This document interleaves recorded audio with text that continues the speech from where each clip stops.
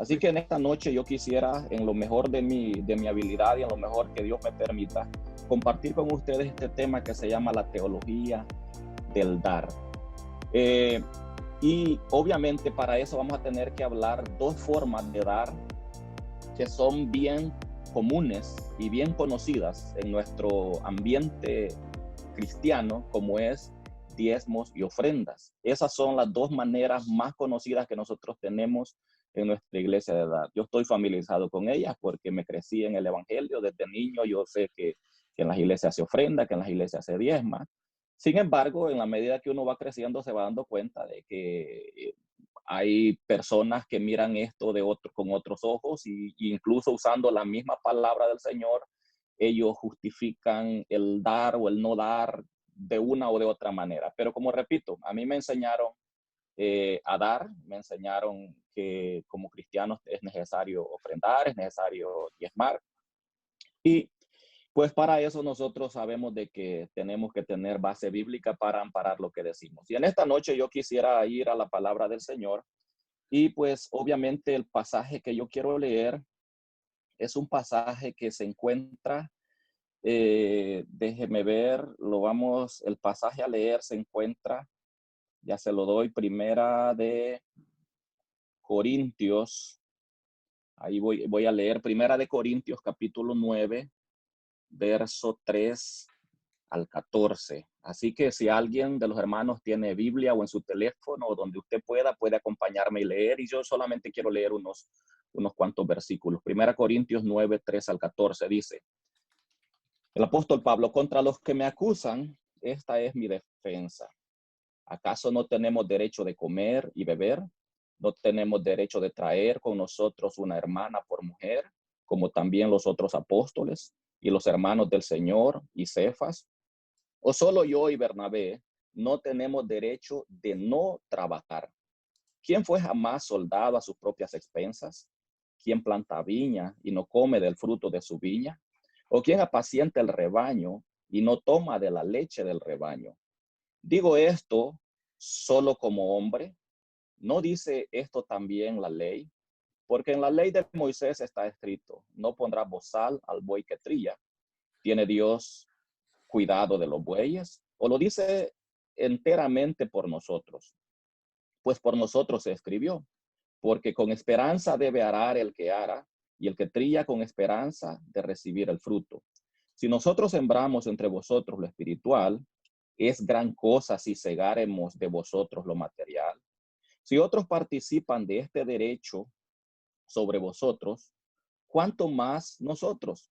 Pero no hemos usado de este derecho, sino que lo hemos soportado todo por no poner ningún obstáculo al evangelio de Cristo. ¿No sabéis que los que trabajan en las cosas sagradas comen del templo? Y que los que sirven al altar, del altar participan. Así también ordenó el Señor a los que anuncian el evangelio que vivan del evangelio.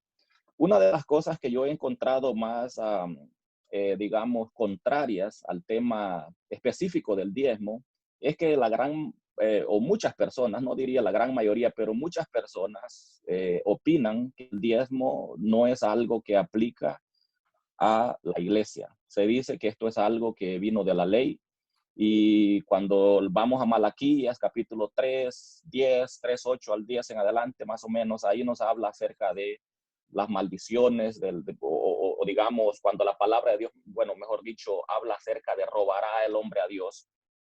Y dice, pues, vosotros me habéis robado. Entonces, la gran mayoría de personas que yo escucho dice, oh, no, pero eso no está bien decirlo para nosotros. Eso es algo que era de la ley y bueno, y nosotros no estamos bajo la ley, sino bajo la gracia. Eso es lo más común que yo he escuchado. Y así pues ya personas comienzan a hablar acerca de cosas de la ley, como por decir el sábado, y bueno, la gente comienzan a querer defender esto de muchas maneras. Sin embargo, yo quisiera y pues ir un poco más hacia atrás y podríamos nosotros llegar incluso hasta Abraham, porque cuando hablamos del dar, el diezmo no es otra cosa sino que una acción de dar una décima parte. Entonces, diezmo, cuando la persona escucha diezmo, ya como que inmediatamente ya es algo que para muchos no se debe ni decir, pero diezmo simplemente es una acción de dar la décima parte o el 10% de un todo, de un 100% de algo. La palabra del Señor nos dice a nosotros que el primero que tomó a bien diezmar fue Abraham. Y precisamente dice la palabra de Dios que cuando Abraham venía de combatir contra aquellos reyes que habían llevado cautivo a su sobrino, pues Dios le dio la victoria. Sorprendentemente, Abraham no tenía un ejército, simplemente se llevó sus criados, Dios le dio la victoria. Y cuando Abraham regresó, venía con todo el botín. En ese tiempo era propio de todo ejército que iba a la guerra, la recompensa que ellos obtenían de haber ganado la guerra no solamente consistía en el hecho de ganar, sino en el botín, que era todos los bienes que ellos podían quitar, por así decirlo, oro, plata, lo que sea que estos ejércitos portaban. Entonces, la palabra de Dios dice que cuando esto sucedió, le vino al encuentro Melquisedec.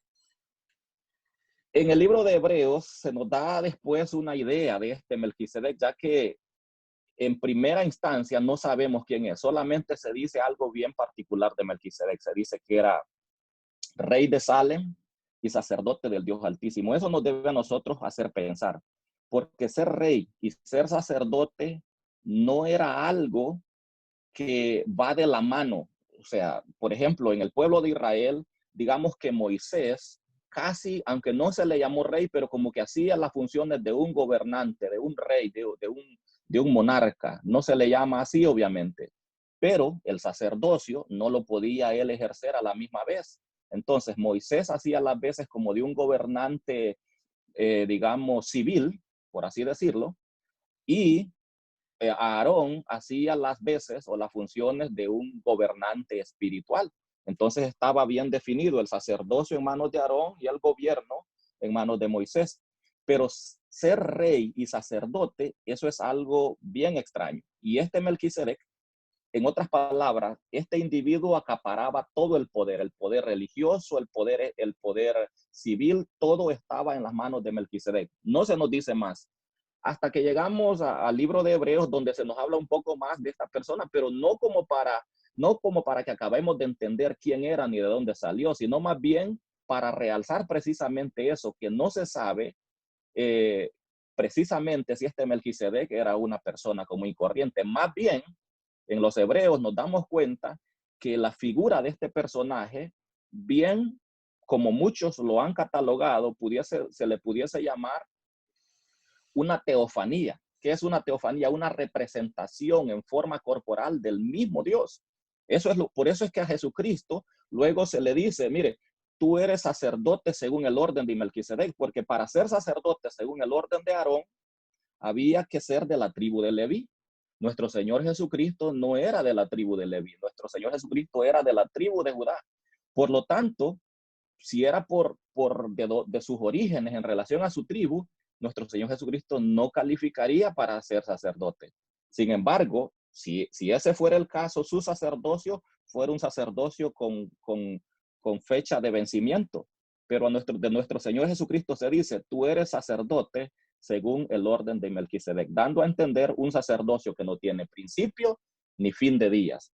Entonces, desde ahí, y hago toda esta aclaración porque esto va a ser bien importante en lo demás que tengo que decir.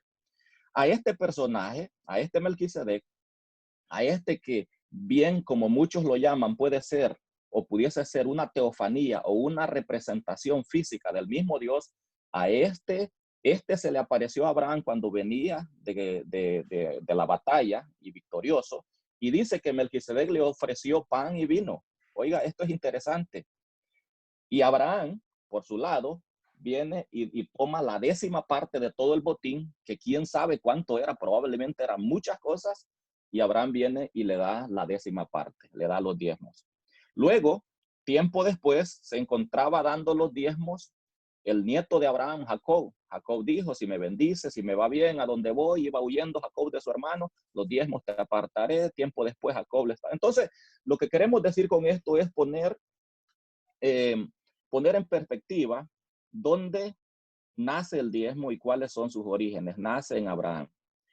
Me parece a mí que también vio Dios el diezmo y la acción de que tanto Abraham como Jacob habían hecho, que Dios lo puso al pueblo de Israel ya no como una acción voluntaria, sino para el pueblo de Israel casi era una especie de un impuesto. Ahora, tenemos que entender el propósito. Yo creo que siempre nosotros como cristianos, cuando leemos la Biblia, tenemos que no solamente leer lo que se dice, sino también tratar de entender el por qué se dicen las cosas. Ahora, el por qué al pueblo de Israel literalmente en la ley se le obligó a diezmar.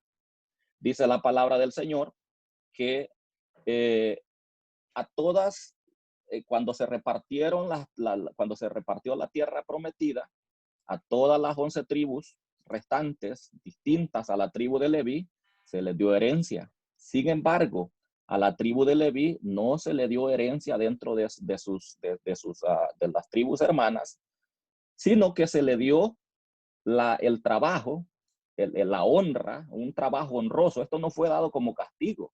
Esto fue una forma de Dios honrar a esta tribu, de darle el privilegio de encargarse del templo, de limpiar el templo, de arreglar el templo. También de esta tribu saldrían los sacerdotes, de esta tribu saldrían los músicos, de esta tribu saldrían los que cuidarían el templo. Todos los trabajos relacionados al templo iban a estar asignados y en manos de esta tribu. Los sacerdotes mismos saldrían de esta tribu. Entonces, dice la palabra del Señor, de que Dios dijo, entonces, como esta tribu no tuvo herencia, su heredad es el templo.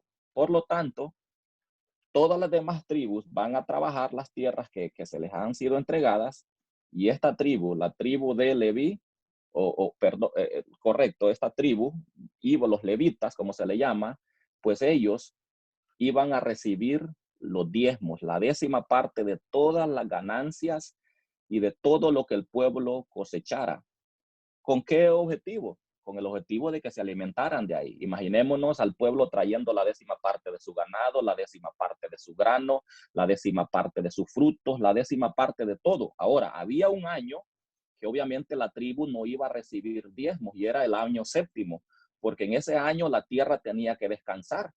Claramente, si en ese año no se trabajaba y la tierra descansaba, en ese año pues no había diezmo, pero se supone que con los 6 años anteriores a ese año 7º, había suficiente para que en ese año 7º de que no se daba diezmo, pues todos los levitas pudiesen sobrevivir. Ahora, llegamos nosotros a un periodo en el cual aparentemente el pueblo de Israel empezó a dejar de diezmar. Tanto así que nosotros vemos en el libro de Malaquías a nuestro Dios amonestando al pueblo y diciendo, ustedes me han robado, y dijiste, ¿en qué te hemos robado? En vuestros diezmos y ofrendas. Dice, ¿robará el hombre? Así comienza la pregunta, ¿robará el hombre a Dios? Entonces nos damos cuenta de que en esa ocasión lo que Dios está es tratando de reconvenir al pueblo, tratando de reorientarlos a hacer algo que ya habían dejado de hacer. Entonces, a grandes rasgos, les he hablado acerca de lo que es la historia del diezmo, desde sus orígenes, pasando por la ley. Obviamente, ya luego terminaré mencionando el pasaje que leímos en un principio. Ahora, algo por lo que mencioné la historia de Abraham es porque yo quiero hacerle un recordatorio o por ahí una aclaración a algunas personas. Mire, la ley era como un pacto. Por eso muchos también le llaman el antiguo pacto. Nosotros conocemos a los libros, nosotros conocemos como el Antiguo Testamento, a los libros que preceden al Nuevo Testamento, pero también se le puede conocer como el antiguo pacto, a la ley en específico. Ahora, en esta ley, en este antiguo pacto, había un sacerdote, Aarón, y todos los descendientes de Aarón, y estos eran los que recibían los diezmos. Los mismos levitas estaban supuestos a recibir los diezmos y ellos deberían a esto se le llamaba diezmo de diezmos. Ellos tomaban los diezmos que ellos recibían y de eso ellos tomaban la 10ª parte y ellos lo diezmaban al sumo sacerdote. A esto se le llamaba diezmo de diezmos. Entonces el único que al final de cuentas no venía diezmando era el sumo sacerdote, Aarón o los sacerdotes. ¿Por qué razón? Porque se estimaba que el sumo sacerdote en específico era alguien que más que diezmar, él estaba exponiendo su vida. Porque cada vez que el sacerdote, año a año, él entraba al lugar santísimo, ahí estaba su vida en peligro. Entonces, más que diezmar una décima parte de ganancias, él estaba literalmente entregando su vida entera y poniéndola cada vez en riesgo en caso que él no estuviese santificado lo suficiente. Ahora, a Jesucristo, a nuestro Señor Jesucristo, se le conoce como sacerdote también en el libro de Hebreos, pero bajo un nuevo orden, según el orden de Melquisedec. Quiere decir que, por lo tanto, la iglesia en el nuevo pacto es también como un sacerdocio. Es más, esto no solamente lo digo yo, dijo el apóstol Pedro, mas vosotros sois nación santa, real sacerdocio. Y oiga bien esto, real sacerdocio. ¿A qué nos recuerda la palabra real sacerdocio? Real de rey, sacerdocio de sacerdote. ¿Por qué real sacerdocio? Porque nuestro Señor Jesucristo es rey y sacerdote, así como lo fue Melquisedec. Entonces, nosotros, la iglesia, no es que estamos fuera del sacerdocio. Nosotros somos parte de un sacerdocio distinto al que fue el pueblo de Israel. Ellos fueron del sacerdocio levítico. Nosotros somos del sacerdocio según el orden de Melquisedec, un sacerdocio que no tiene principio ni fin de días. Y nuestro sumo sacerdote es nuestro Señor Jesucristo. Y nosotros, dijo el apóstol Pedro, somos real sacerdocio. Entonces, miremos esto.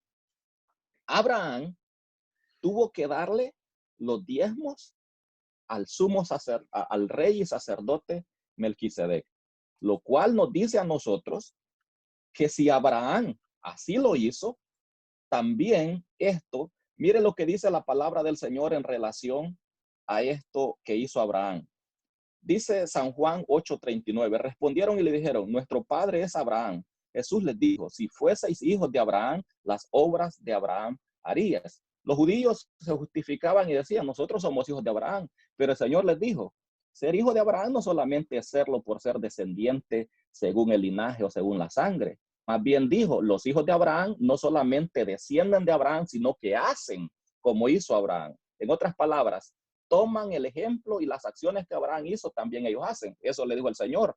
Nuestro padre es Abraham. Jesús les dijo, si fueseis hijos de Abraham, las obras de Abraham harías. Ahora, nosotros sabemos, hermanos, que a Abraham se le fue dicho de que su descendencia iba a ser como las estrellas de los cielos. Ahora, nosotros no vemos que el pueblo de Israel sea una nación tan grande como las estrellas de los cielos. Es una nación literalmente pequeña. No es una población tan extensa como sería China o Rusia o algo por el estilo. Ahora, ¿acaso le mintió Dios a Abraham? Y cuando le dijo que su descendencia iba a ser grande, que mirara las estrellas del cielo y que así como no se podían contar. Claro, si nosotros pensamos que esto solamente se refiere al pueblo físico de Israel, pensaríamos que probablemente la promesa no se cumplió. Sin embargo, hay algo importante que la palabra de Dios nos dice, y nos dice que nosotros, la iglesia, también somos hijos de Abraham. Mire lo que dice Gálatas 3:29. Y si vosotros sois de Cristo, oiga esto, ciertamente linaje. Linaje quiere decir descendencia. Y si vosotros sois de Cristo, esto es el apóstol Pablo no hablando a un pueblo judío, hablando a Galacia, a los Gálatas, ciertamente linaje de Abraham sois y herederos según la promesa. Quiere decir que en la iglesia es donde verdaderamente toma cumplimiento lo que el Señor le dijo a Abraham, mira las estrellas de los cielos y las puedes contar, porque así de grande será tu descendencia. No solamente hablando del pueblo físico de Israel, sino hablando del pueblo espiritual de Israel que somos la iglesia. Y por último, Romanos 9:8 dice, esto es, no los que son hijos según la carne son los hijos de Dios, sino los que son hijos según la promesa, son contados como descendientes. ¿Cuál promesa? La promesa de Dios a Abraham. Entonces dice, no los que son hijos según la carne, hablando de los descendientes por sangre, son los hijos de Dios, sino los que son hijos según la promesa, son contados como descendientes. ¿Por qué todo esto? ¿Por qué he querido mencionar todo esto?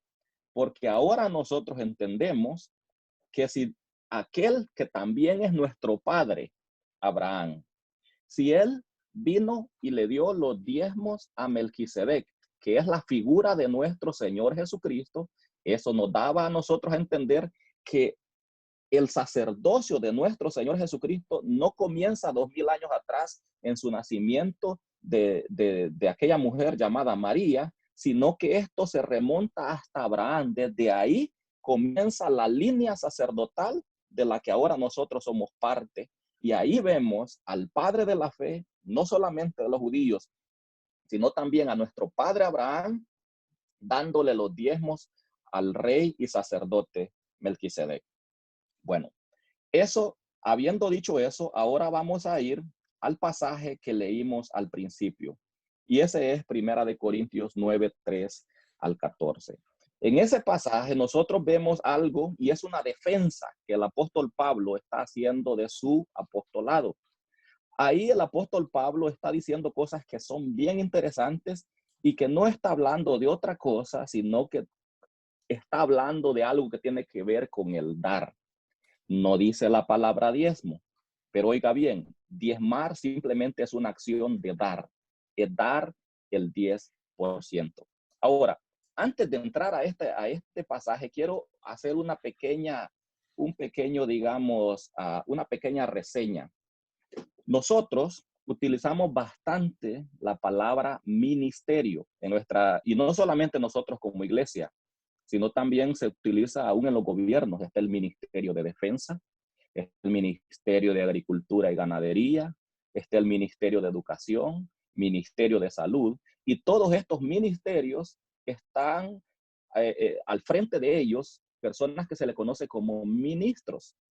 En nuestras iglesias también hay ministerios, ministerio de alabanza, ministerio de jóvenes, ministerio de damas, y de hecho a muchos de nuestros, digamos, de las personas con licencia en nuestra organización, también se les conoce como ministros. No solamente a ellos, incluso los pastores somos ministros, somos personas que ministran. Ahora, ¿qué significa? ¿Y de dónde viene la palabra ministerio? Que también es bíblica. Usted puede buscar en su concordancia ministerio y usted va a ver que aparecen cantidad de versículos con la palabra ministerio. De hecho, el apóstol Pablo dice que a él se le fue dado el ministerio a los gentiles. Bueno, yo estuve buscando la palabra, el significado, ministerio. Y dice que esta palabra viene de una raíz griega, si no estoy mal, que significa lo que es menor. Viene la palabra minus ter, que quiere decir lo que es menor. Y dice que esta palabra está en contraposición o es opuesta a una palabra que es magister. Solo cuando me gradué de maestro supe que existe en nuestros países algo que se le conoce como el magisterio. Magisterio, que significa lo contrario de minister. Minister quiere decir lo que es menos. Magister significa lo que es más. Entonces, magisterio me parece, es algo que tiene que ver como con las agrupaciones de maestros en los países, al menos algo así es lo que yo logro entender, magisterio.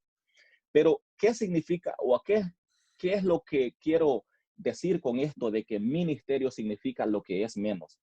Recuerdo, de hecho, aquí tengo a mi hermano Estupiñán, recuerdo que hace un año aproximadamente, a él estaba el superintendente, nuestro hermano Michael Mitchell estaba pues asignando de manera formal las posiciones que habían sido para los que ciertas personas, incluyendo nuestro hermano Estupiñán, habían sido electos.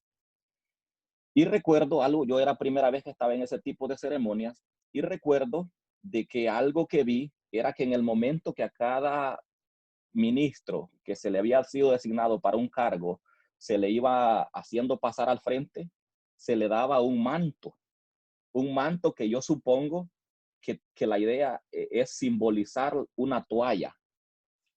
¿Y qué recuerda esto de la toalla? Pues la toalla inmediatamente nos tiene que llevar a nosotros a algo que el Señor hizo con sus discípulos. Dice la palabra del Señor que él sacó un lebrillo puso agua, agarró una toalla e inmediatamente comenzó a lavar los pies de sus discípulos. Cuando llegó el turno del apóstol Pedro, Pedro dijo, no, Señor, yo no soy digno, a mí no me puedes lavar los pies. El Señor le dijo, Pedro, si no hago esto, tú no vas a tener parte en el reino de los cielos. Ya después Pedro quería que lo bañara por completo, pero el Señor le dijo, no, solamente los pies. Al que está limpio no es necesario hacerle nada más, solamente los pies. Pero luego que el Señor hubo terminado con Pedro, que lo más seguro es que fue el último, el Señor dijo, miren esto que yo he hecho con ustedes. Ustedes me dicen a mi maestro y dicen bien porque lo soy. Ustedes dicen todo esto de mí y en todo eso están correctos. Pero luego les dice, si yo el Señor y si yo el maestro he hecho esto con ustedes, ejemplo les he dado. En otras palabras, les estaba diciendo, ministrar es hacerse menos. Ser un ministro, estar al frente de un ministerio es una posición de servicio. Por eso es que en los países tenemos ministerios, Ministerio de Hacienda, Ministerio de Agricultura y Ganadería, Ministerio de Salud, Ministerio de Educación, lo que sea, porque estas son instituciones que están para dar. ¿Dar qué? Dar un servicio. Por eso y con justa razón, alguien dijo por ahí, el que no vive para, el que dice, el que no vive para servir, no sirve para vivir. Alguien dijo así. Entonces, las personas que están en un ministerio están ahí para dar. El evangelio no es otra cosa sino el proponernos o el disponernos, mejor dicho, a servir, a dar, en el cual no solamente nosotros damos de nuestro tiempo, no solamente damos de nuestro conocimiento, no solamente damos de nuestras energías, de nuestra pasión, de lo que tengamos, sino que también damos incluso de nuestras finanzas. Ministrar o ser un ministro es alguien que debe estar dispuesto a ponerse al servicio de alguien. Por eso el Señor estaba diciéndole a sus discípulos, esto es el ministerio. Este es el ministerio que yo les estoy dando a ustedes, el ministerio de ponerse al servicio de los demás, de dar algo, dar un servicio. En este caso, el servicio que el Señor hizo por ellos fue lavar sus pies, pero esto significaba mucho. Ahora, eso es lo que significa ministerio. Por eso el Señor les dijo, ejemplo les he dado. El Señor quiso en toda su época de ministerio, más que hablar y convencer con palabras, a pesar que sus palabras eran convincentes, y alguna vez alguien dijo, nunca ha hablado hombre como este, parte principal del ministerio del Señor consistía en dar el ejemplo. Por eso fue bautizado, no porque necesitaba perdón de pecados, lo hizo por dar un ejemplo. Por eso oraba, por eso ayunaba, por eso hacía lo que hacía, por darnos un ejemplo.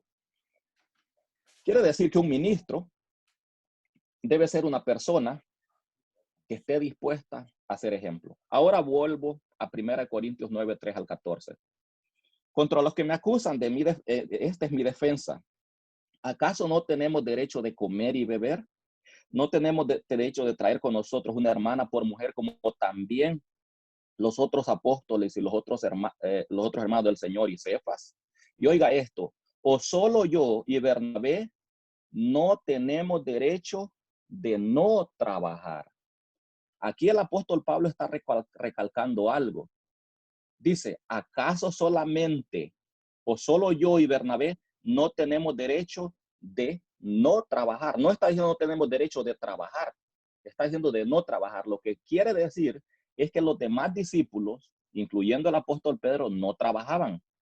Ellos no trabajaban, no hacían trabajos de ninguna índole. Su único trabajo era dedicarse al ministerio que nuestro Señor Jesucristo les había dado. Y me imagino yo que muchos eran injustos con el apóstol Pablo y quizá pretendían que él, aparte de ministrar y de hacer todas las labores espirituales que él hacía, quizás también pretendían que el hombre hasta trabajara, como de hecho él lo hacía.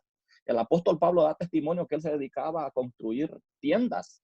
O sea, era un fabricante de tiendas, digamos, o una especie de casas móviles, digámoslo de esa manera, por así decirlo.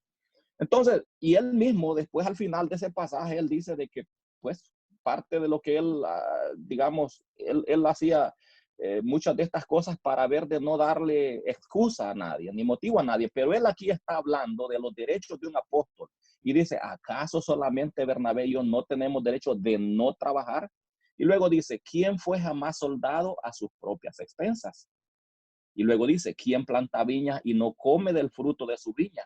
¿O quién apacienta el rebaño y no toma de la leche del rebaño? El apóstol Pablo claramente está hablando de algo que es básico y sencillo de entender. Él está diciendo, ¿quién hace un cultivo y mínimamente no tiene derecho a participar de los frutos del cultivo? ¿Quién tiene un rebaño y ni siquiera tiene derecho a tomar leche del rebaño? Entonces él está ejemplificando actividades comunes y naturales con la actividad del ministerio que ellos desempeñaban. Dice la palabra del Señor, digo esto solamente o solo como hombre, no dice esto también la ley. Mire, que a pesar de que muchos dicen de que la ley es algo que está abolido y que no deberíamos nosotros ni siquiera mencionarla, mire cómo el apóstol Pablo, siendo que está hablando a cristianos que están bajo la gracia, él toma como punto de apoyo a esto que él está argumentando y él toma la ley como para darle veracidad y para darle validez a su argumento. Y dice, ¿no dice esto también la ley? Oiga, porque en la ley de Moisés está escrito, no pondrás bozal al buey que trilla. Y dice, ¿tiene Dios cuidado de los bueyes? ¿O lo dice enteramente por nosotros? Luego él recalca, pues por nosotros se escribió, porque con esperanza debe de arar el que ara, refiriéndose a los bueyes, a los animales, pero obviamente haciendo en este caso alusión a seres humanos, a cristianos, a personas que sirven en el ministerio, y el que trilla con esperanza de recibir del fruto. Dice, si nosotros sembramos entre vosotros lo espiritual, ¿es gran cosa si cegaremos de vosotros lo material? Si otros participan de este derecho sobre vosotros, ¿cuánto más nosotros? Pero ahora él hace alusión a sí mismo y dice, pero no hemos usado de este derecho. Bueno, esto ya es el apóstol Pablo.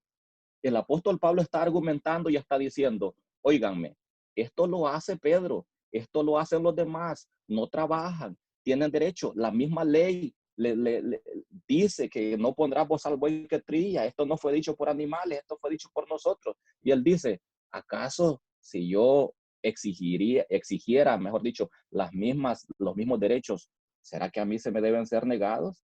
Más bien él al final dice, pero nosotros, refiriéndose a él y probablemente a Bernabé, no hemos usado de este derecho, sino que lo soportamos todo, no por no poner, dice, ningún obstáculo al evangelio de Cristo. No sabéis, y mire lo que dice, que los que trabajan en las cosas sagradas, oiga, y esto es interesante también, no sabéis de los que trabajan en las cosas sagradas, comen del templo. Otra vez, para apoyar o para reforzar su defensa sobre lo que tiene que ver con el dar, el apóstol Pablo vuelve a utilizar la ley y en este caso en específico hace alusión a los levitas, a los levitas que eran quienes tomaban en la 10ª parte y dice, no sabéis que los que trabajan, ¿quiénes son en las cosas sagradas? Los levitas, sacerdotes, todos los que ministraban en el templo, comen del templo y que los que sirven al altar,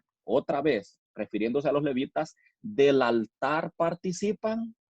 Oiga esto, así también ordenó el Señor. Oiga, toma toda la base de la ley que nosotros queremos dejar como si nada, como que si ni siquiera deberíamos mencionarla y ni siquiera deberíamos apoyarnos en ella para nada. El apóstol Pablo rescata eso de la ley, siendo que el Pablo es el ministro de la gracia.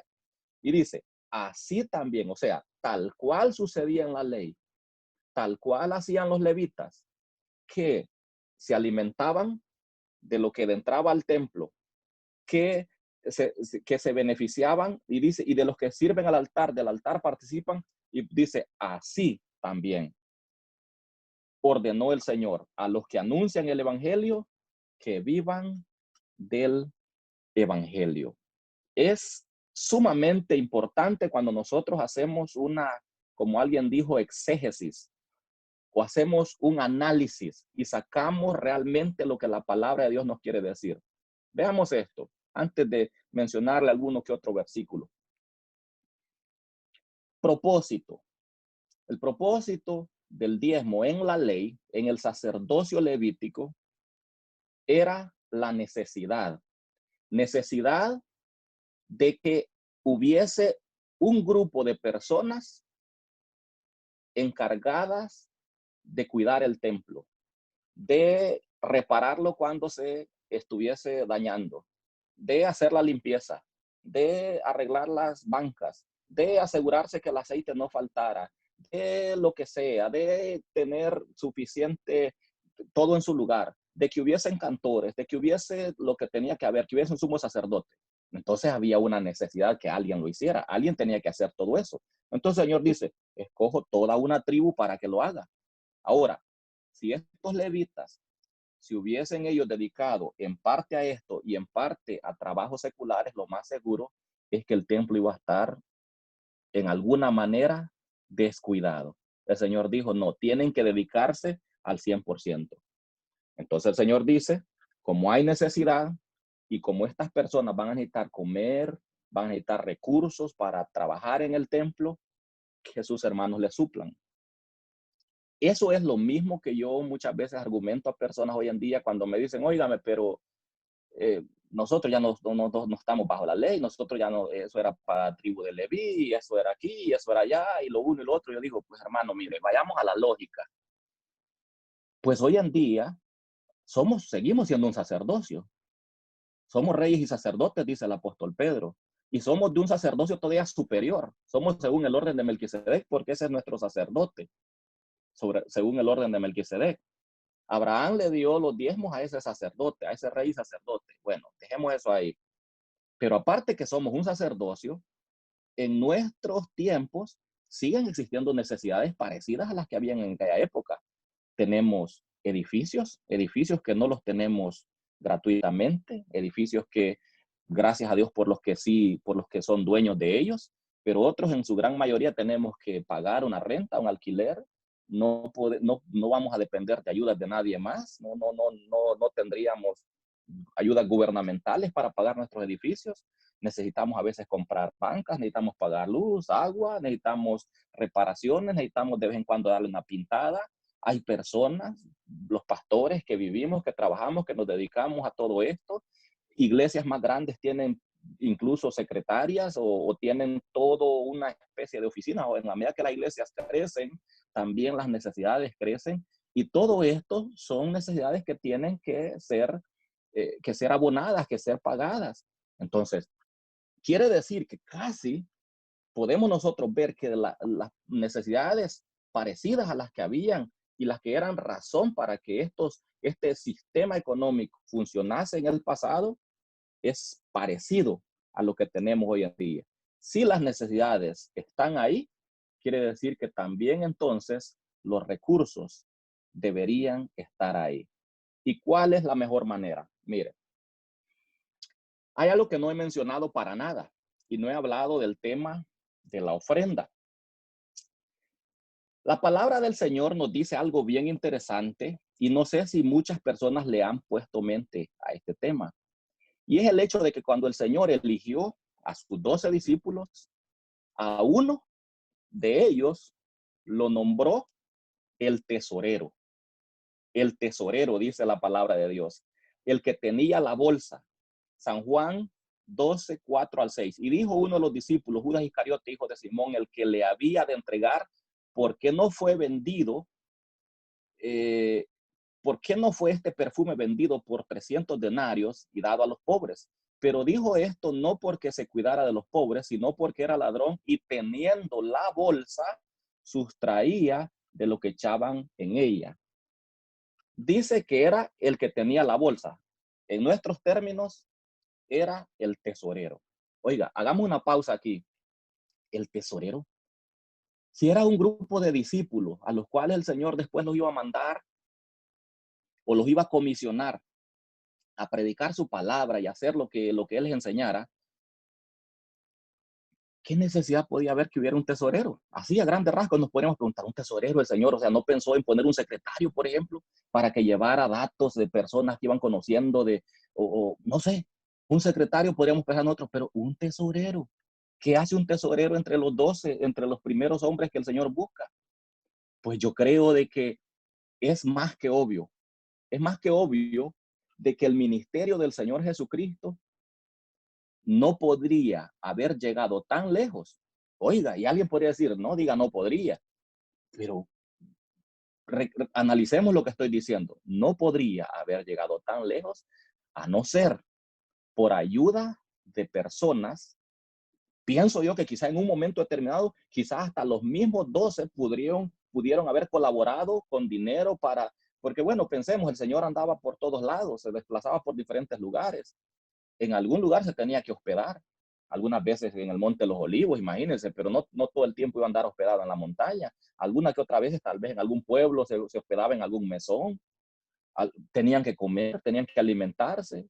Entonces, probablemente, muy probablemente, algunos de los discípulos donaron de sus cosas en un primera instancia, pero esto en un momento determinado ya no había más de dónde. Entonces, la palabra del Señor nos da a entender de que incluso mujeres importantes colaboraban con el ministerio del Señor. Quiere decir que al ministerio del Señor le hacían donativos los cuales eran presentados al Señor y por lo cual era necesario un tesorero.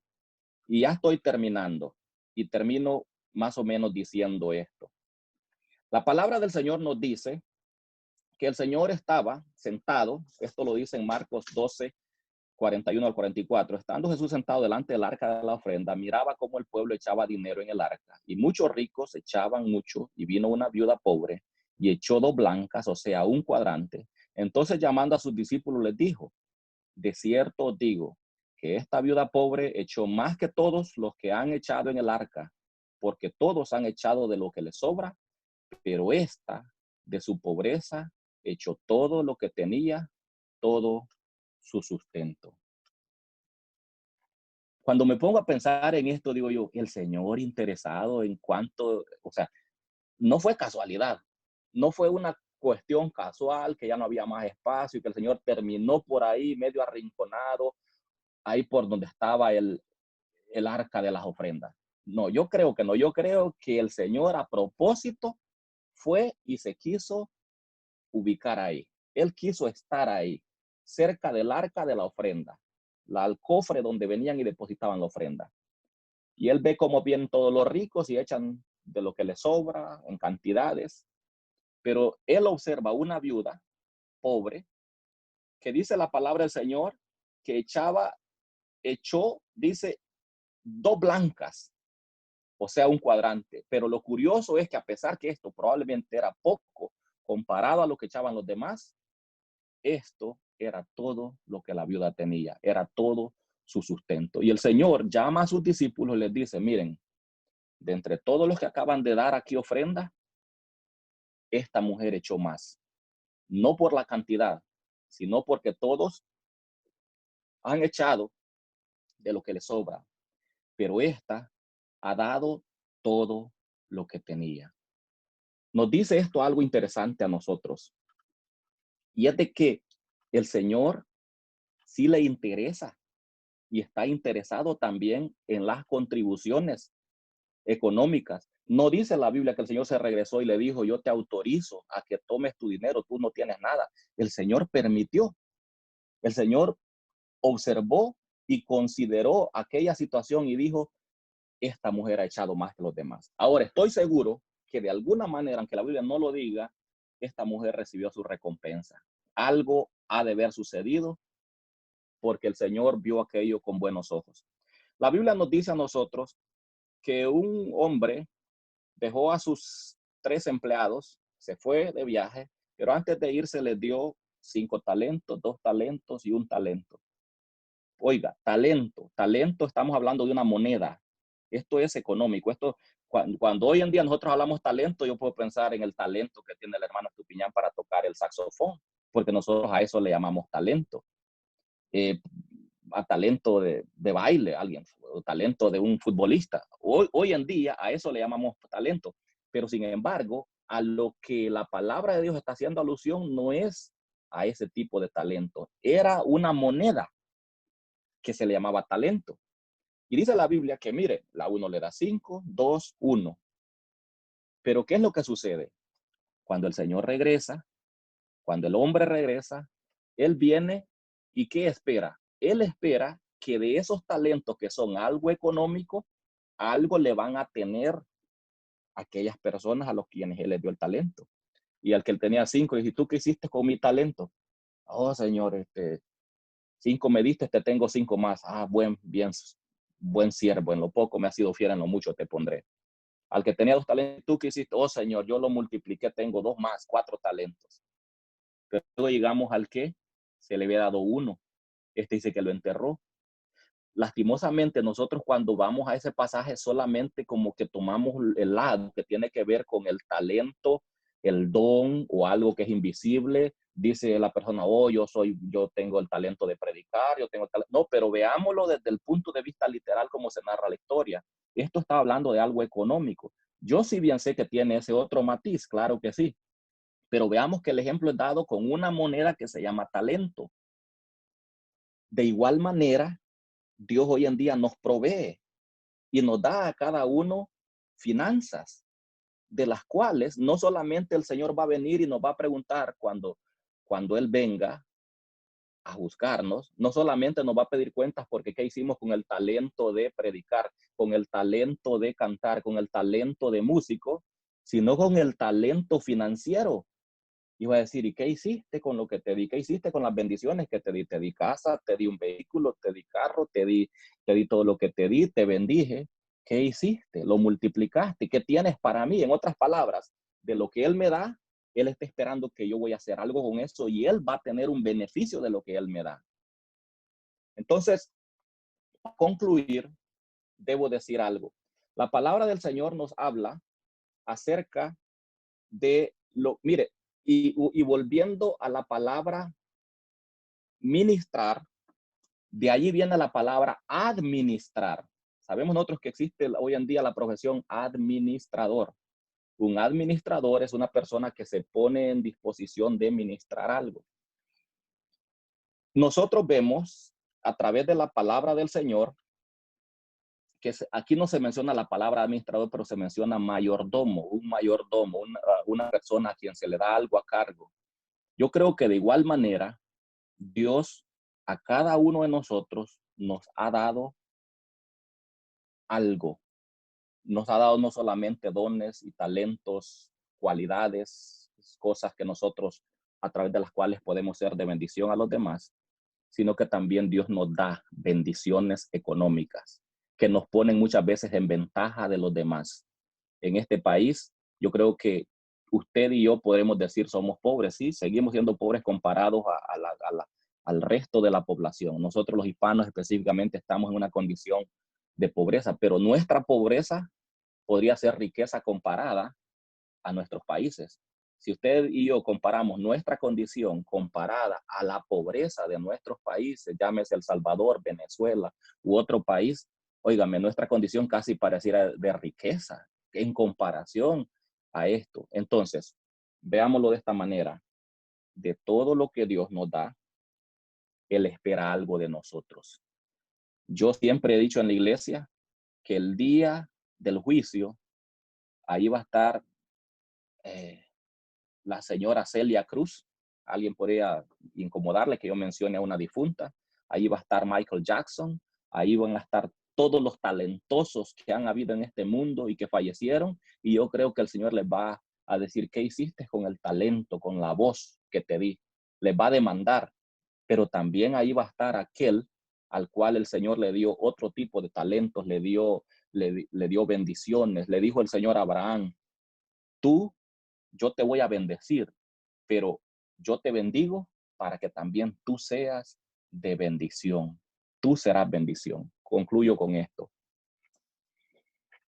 Aunque la palabra diezmo en el Nuevo Testamento se menciona menos y no la podemos nosotros ver como algo en lo cual se le dejó establecido a la iglesia de manera explícita, nosotros tenemos que entender algo. Hay dos formas de cómo Dios nos habla a través de las escrituras, de manera explícita, como se menciona el diezmo en el Antiguo Testamento, con letra, con nombre y apellido, eso es explícito. Pero en el Antiguo Testamento se nos habla del diezmo de manera implícita. Explícita es con nombre y apellido. Implícita es cuando, a pesar que la letra o que el nombre no aparece o que la palabra no aparece, todo lo que allí se dice nos está orientando hacia eso. El libro de Esther es el único libro en la Biblia donde la palabra Dios no se menciona. Y si fuera porque la palabra Dios no se menciona, ni debería ese libro aparentemente hasta estar en la Biblia, porque ni siquiera se menciona el nombre de Dios o la palabra Dios. Sin embargo, explícitamente no vemos que se habla de Dios, pero implícitamente el mensaje del libro de Esther es más, habla de Dios por todos lados, aunque la palabra Dios no aparezca. Y yo creo que todos estaremos de acuerdo con eso, que el plan de Dios estaba ahí para que la reina Esther hiciera lo que hizo por su pueblo. Entonces, explícitamente no está el nombre de Dios, implícitamente está Dios obrando. Así yo puedo decir que de manera explícita se expone el diezmo y las ofrendas en el Antiguo Testamento, pero en el Nuevo Testamento de manera implícita nosotros podemos verlo por todos lados para que las mismas necesidades que habían en el antiguo tiempo con los levitas sean cubiertas hoy en día con el nuevo sacerdocio, que es el sacerdocio del orden de Melquisedec, bajo el cual estamos nosotros, la iglesia del Señor. Así que pido perdón, no sé si me extendí demasiado, pero el tema es tan amplio y tan rico que bien nos podría tomar esto unas 3 horas más sin parar. Así que pido perdón si me extendí demasiado, pero quería dejar algunas bases para que los que nos ven o los que tienen interés en este tema puedan sentirse confiados y seguros que no, que el hacerlo es algo bíblico, es algo que es requerido, es algo que es importante y es algo a través de lo cual se sostiene la obra del Señor, como incluso el ministerio físico del Señor sobre la tierra fue sostenido al punto que fue necesario que hubiese un tesorero en su grupo de 12 personas.